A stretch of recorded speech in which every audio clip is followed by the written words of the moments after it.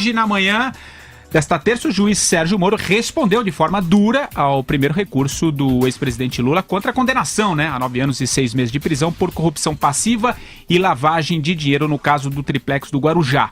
Moro comparou o petista ao ex-presidente da Câmara, Eduardo Cunha, pois ele, o Cunha, também afirmava, tem uma aspas aqui, também afirmava como álibi que não era o titular das contas no exterior que receberam depósitos de vantagem indevida. O juiz afirmou 9 vezes que não há omissão, obscuridade ou contradição na sentença. Moro apontou ainda que as questões trazidas pelos advogados do petista não são próprias de embargos de declaração. Começo com você, Vera. Dá para comparar Lula e Cunha? Que, aliás, é a pergunta aqui que a gente faz também para os nossos ouvintes. Na cara de pau dá para comparar, mas eu acho que no profissionalismo em omitir as coisas, o Lula é melhor que o Cunha, porque o Cunha pôs a data da mãe, na abertura da conta, inventou aquela história de carne enlatada lá, que seria justificativa para os milhões que ele recebeu. Então, o Lula é um pouco mais profissional que o Eduardo Cunha. Mas o que vale aí nesse despacho, Patrick, a meu ver, é a elegância com que o juiz Sérgio Moro mói a defesa do Lula. A gente falava aqui na semana passada que a sentença era tão boa que faltava ele desenhar. Agora ele desenhou. Ele pegou cada uma das refutações ali que a defesa do Lula fez e desmontou de um jeito super didático, ainda menos juridiquês do que era a sentença. Então, ele praticamente complica a situação do Lula no recurso. Porque quando cair lá no TRF4 e esse despacho vai subir também, vai ficar muito evidente que eles não têm base para contestar quase nada da sentença. Tem umas partes até bastante humilhantes, porque a defesa do Lula diz assim, nem fez menção. Aí ele fala, item tal, página tal, tá no item tal, página tal, ele dá um index para a sentença anterior. Então, essa repetição que você falou é proposital, porque embargos de declaração são para rever obscuridades, omissões e qual que é a terceira coisa que ele diz? Não há, portanto, omissão, obscuridade ou contradição. Contradição, isso. Em cada um dos pontos que ele elenca. E aí o resto, o mimimi da defesa do Lula, ele deixa claro que não é para estar ali naquele instrumento e sim pode ser objeto de apelação. Então é humilhante para a defesa do Lula. Eu separei aqui um trecho com que ele em que ele deu um sabão no advogado do Lula, principalmente, acho que é voltado principalmente para o Cristiano Zanin. Ele diz, sim, a defesa pode ser combativa, mas deve igualmente manter a urbanidade no tratamento com as demais partes e com o julgador, o que lamentavelmente foi esquecido por ela em vários e infelizes episódios. Portanto, foi um sabão com classe. Humilhante também para você, Andreasa? Primeiro, eu acho que ofendido nessa história deveria estar o Eduardo Cunha, Porque há limites para você ser comparado. Mesmo um tipo como o Eduardo Cunha deve ter, assim... Lula não. Lula já é demais. Tá difícil a situação do Cunha, Tem uma coisa... eu escrevi, a minha coluna de hoje no Globo é sobre a sentença do Moro. Que eu, para escrever o artigo, li algumas vezes.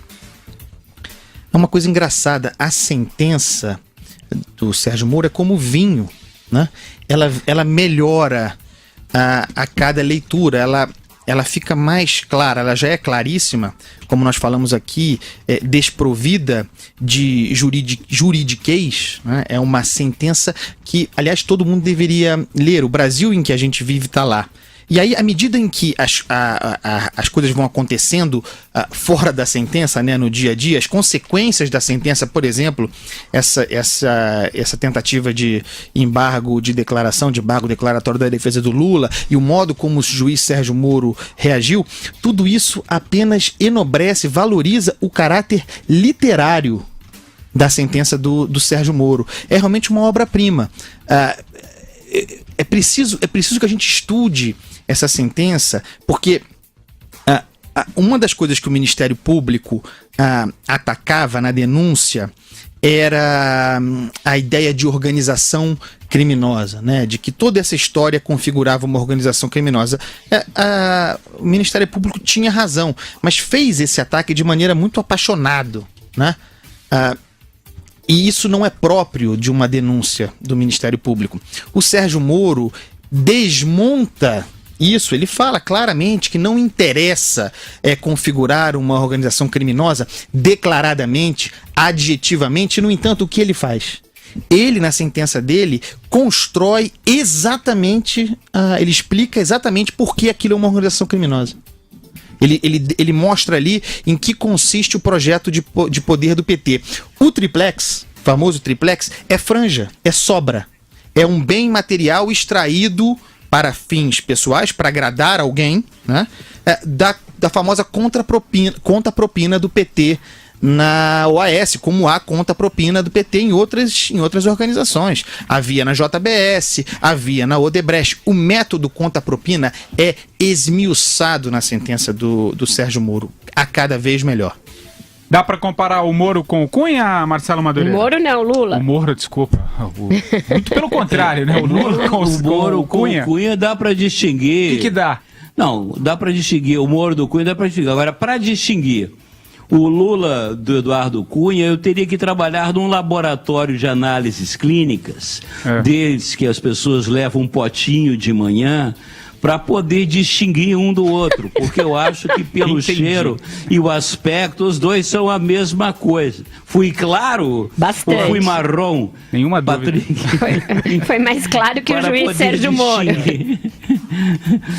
Nem gostaria de submeter o meu apurado olfato, o meu faro canino, né, na desgastante tarefa de distinguir um Lula de um Sérgio Moro, de um Lula de um Eduardo Cunha. Talvez pelo aspecto mais pastoso de um, mais rígido de outro, mas eu dispenso a mim e os nossos ouvintes dessa escatologia horrorosa. O que eu penso aqui, meus amigos, é que eu imaginava que o dinheiro que o Lula subtraiu dos cofres públicos andou amealhando por aí até em palestras, né?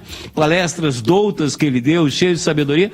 Ele poderia ter contratado advogados melhores, de melhor categoria, verdade. mesmo porque esse Cristiano Zanin é casado com a filha do compadre dele, Roberto Teixeira, que era o cara que emprestava, entre aspas, o apartamento que o Lula morava. Quer dizer, fica tudo em quadrilha, tudo em família, fica tudo muito próximo.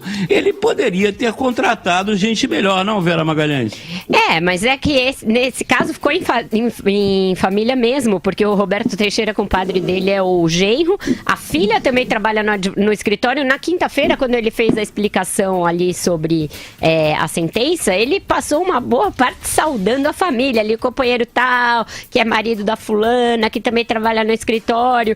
E daí você entende, né? Porque a contratação... Eu não tenho muita dúvida que esse Cristiano Zanin vai estar em alguma cédula do PT no ano que vem, viu, pessoal?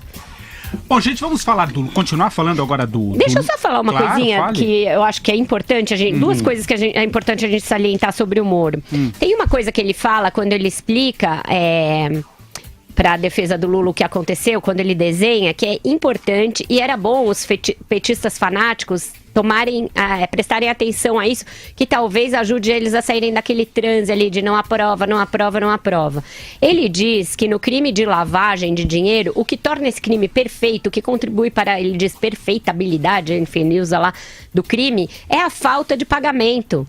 Então não é o fato do Lula não estar o imóvel no nome dele, porque isso também faz parte do crime de lavagem, é o fato dele não ter pago por nenhuma daquelas benesses no apartamento, não ter pago a diferença da tal unidade simples para o triplex. Cadê esse pagamento?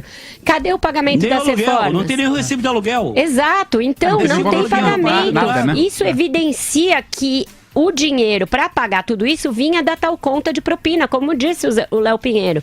Então é uma prova importante que vai ser levada em consideração, a meu ver, na segunda instância. E a outra é que a Petrobras, antes dominada pelo petismo e agora sob nova direção, tem até uma propaganda no ar, a Petrobras mudou, está pedindo que o dinheiro dessa ação seja revertido para ela, que foi a mais prejudicada com a coisa toda, né, dos desvios do Lula. Então a Petrobras, nesse caso, atuando como assistente de acusação, ajuda a complicar a situação do Lula e a narrativa do Lula, porque ela fala, a gente foi lesado sim, a empresa foi lesada e o dinheiro deve reverter para nós. Então isso também é importante. E o juiz, claro, ele é esperto, ele concedeu. Para explicar esse episódio da migração do imóvel, Lula e Dona Marisa pagaram 50 de 70 parcelas do financiamento junto ao Bancop para o então residencial Mar Cantábrico. Isso. Tá? Em 2009, o Vaccari era o presidente do Bancop. Em 2009, esse imóvel migra para o OAS. Tá?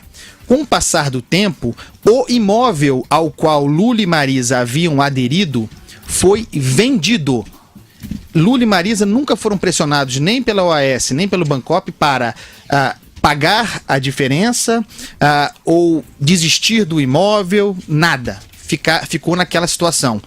O único imóvel já do Solaris, né, nessa migração, que nunca foi posto à venda foi o triplex, a cobertura. Esse ficou reservado. E aí é essa história que a Vera contou brilhantemente. Num determinado momento, eles combinaram. O Vaccari procurou o Léo Pinheiro para dizer, olha, vamos solucionar da seguinte maneira. A diferença que existe, evidentemente, entre um apartamento e outro, mais as reformas do triplex e do sítio de Atibaia, que esse então é um escândalo, vão sair da conta propina, do crédito do PT junto ao OAS. Esse era o método. Era dessa forma que funcionava a organização criminosa. Vamos parar de chororô. O imóvel era do Lula. Acabou.